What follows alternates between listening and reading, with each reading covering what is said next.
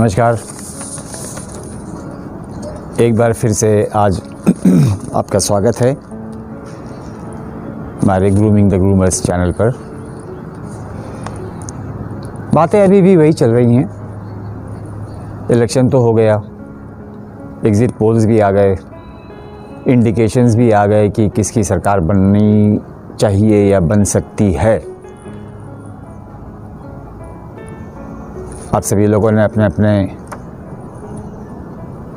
मतदान का जो अधिकार है उसका प्रयोग किया। अब उससे एक कदम आगे बढ़ना पड़ेगा कि इसकी इम्प्लिकेशंस क्या पड़ने वाली हैं हमारे प्रदेश में, हमारे आगे की 5 साल की ज़िंदगी में। मोर और लेस जो आपका एग्ज़िट पोल का इंडिकेशन जो आया है, मतलब अगर 10 में से 8 कुछ बोल रहा है तो शायद वो सही ही होगा, अनलेस कोई गलतियां हुई हो पूरे प्रोसेस में। तो उसमें जो मैंने स्टडी करी उसमें ये दिख रहा है कि ज़्यादातर पोल्स, एग्ज़िट पोल्स जो हैं वो महागठबंधन की तरफ इंडिकेशन कर रहे हैं कि उनकी सरकार बनेगी। अब अगर मुद्दों पे आए तो विकास का उन्होंने कहा था कि भाई विकास तो है ही, लेकिन रोजगार एक बड़ी इशू थी, एक बड़ा मुद्दा था इस इलेक्शन में। महागठबंधन ने कहा कि हम 10 लाख नौकरी देंगे और एनडीए ने कहा कि हम 19 लाख रोजगार क्रिएट करेंगे। अब नौकरी और रोजगार में फ़र्क है, वो तो आपको मालूम है, वो बताने की आवश्यकता नहीं है मुझे। अब अगर ये मान के चला जाए, जो भी इंडिकेशन है वो तो जो रिज़ल्ट आएगा वो तो कल आ ही जाएगा, जो इंडिकेशन है उसके हिसाब से अगर महागठबंधन की सरकार बनती है तो तेजस्वी यादव जो लीड कर रहे हैं महागठबंधन को, उनका स्टेटमेंट था कि पहला हस्ताक्षर करेंगे 10 लाख नौकरी के लिए। शायद उसी को देख करके आप लोगों ने वोट किया होगा। 10 करोड़ में से 10 लाख। अब आते हैं कि क्या ये 10 लाख नौकरी आज की तारीख में अवेलेबल है कि नहीं। उन्होंने कहा था कि पहला हस्ताक्षर मैं उसी पे करूंगा, तो मेरा सवाल भी उनसे पहला यही है।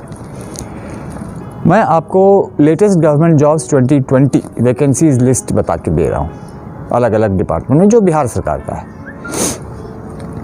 रेलवे में है 842 सीट खाली, इंजीनियरिंग में है 4409, जो 10वीं कक्षा वाले तक का है, एलिजिबिलिटी जो बोलते हैं, वो है 3122। तो 10वीं कक्षा वाले को क्या बनाएंगे भाई? प्यून, चपरासी, मैसेंजर, सिक्योरिटी, यही बनाएंगे ना। डिप्लोमा का है 6039, बीटेक और बी का है 9887, जो इंजीनियरिंग वगैरह में पीडब्ल्यूडी में या बाकी जगह पर जाएंगे। एमबीए और post graduate diploma in management वाले हैं 2823, आईटीआई हैं 1101। 12वीं कक्षा का जो एलिजिबिलिटी है नौकरी में अप्लाई करने के लिए वो है 11957। अब 12वीं कक्षा वाले क्या बनेंगे भाई? कहीं ना कहीं किसी दफ्तर में क्लर्क बनेंगे, फाइल पर बैठे रहेंगे दिन भर, महीने के आखिर में तनख्वाह लेके जाएंगे।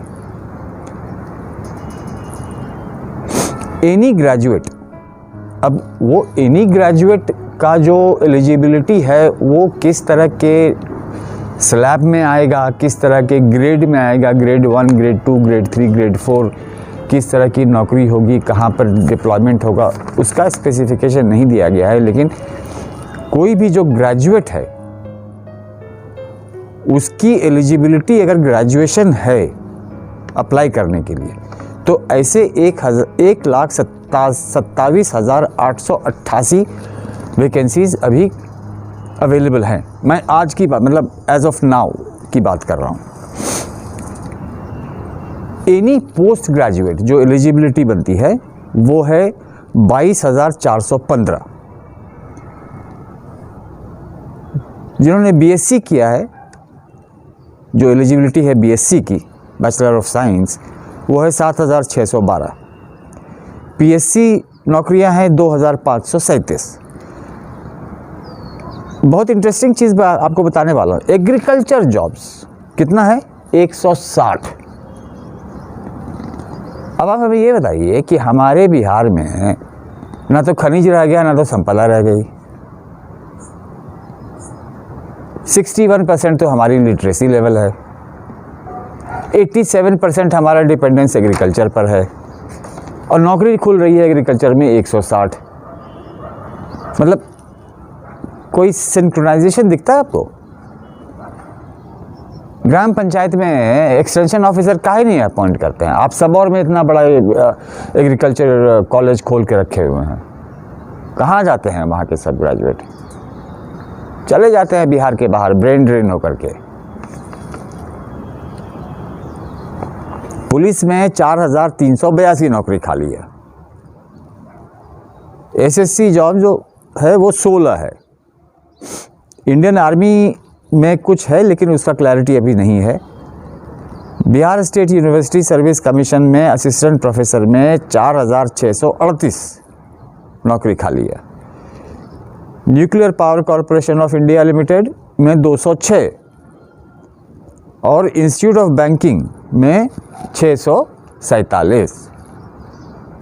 ये आज की तारीख में एज पर दी जो उनका वेबसाइट है उसके हिसाब से बिहार सरकार के अंदर इतनी नौकरी खाली है। अब ये सारा का सारा अगर जोड़ लेते हैं तो ये आता है 2,10,681। अब मेरा सवाल ये है कि बाकी के जो 7,90,000 की नौकरी है वो कहाँ से महागठबंधन की सरकार प्रस्तुत करेगी? सवाल में तो कोई गलत नहीं है भाई। इतनी नौकरी है जो आपके पोर्टल पर लिखा हुआ है, तो बाकी के 7,90,000 कहाँ से आएंगे? उसका जवाब चाहिए।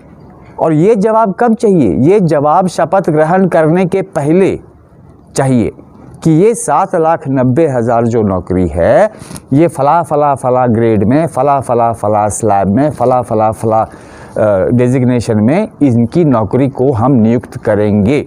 उन्होंने कहा था पहला हस्ताक्षर करेंगे 10 लाख नौकरी पे, यहाँ पर अवेलेबल है 2,10,000। अब आपने गलती करी, सही किया, वो आपका अपना विवेक है और आपकी अपनी विचारधारा है।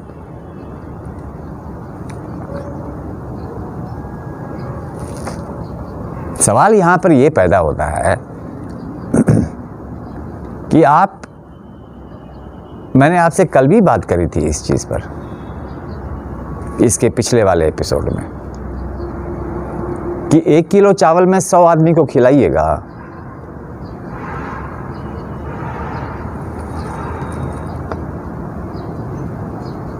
आज हमें सोचना है, विचारना है, हमने सही किया, गलत किया। मैं कोई पॉलिटिकल इंक्लिनेशन के साथ नहीं बोल रहा हूँ। मैं ये नहीं कह रहा हूँ कि मैं एनडीए के तरफ से बोलूँगा या महागठबंधन की तरफ से बोलूँगा। मैं जो फैक्चुअल चीज़ है वो आपके सामने रख रहा हूँ। अब आप अपने आप को खुद ही शाबाशी दीजिए या अपने आप को कोसिए कि काहे ऐसा कर दिए यार, रोजगारे कर लेते। बाकी कल तो पता चल ही जाएगा, कल काउंटिंग होगा, कौन आता है कौन नहीं आता, ये सब चीज़ तो कल पता चल जाएगा। उसके बाद देखते हैं 5 साल तक सुख या दुख जो भी है भोगना तो पड़ेगा।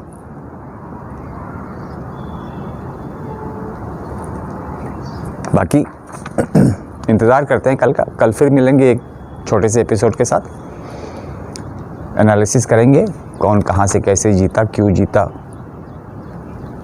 और उसके आगे फिर हम बिहार की इकोनॉमी को कैसे आगे डेवलप कर सकते हैं। सरकार जो कर रही है वो तो करती रहेगी, वो क्या कर रही है नहीं कर रही है आपको भी पता है, मुझे भी पता है। अब बिहार के सिटीजन होने के नाते हमारा फ़र्ज़ बनता है कि हम आगे बढ़ें। नेताजी बढ़े थे ना आगे। नेताजी उस समय अपने विवेक के हिसाब से आगे बढ़ कर के 1943 में ही स्वतंत्रता दिला दी थी भारत को, आज़ाद हिंद फौज ने। उसी तरह से हमको भी आगे बढ़ना पड़ेगा।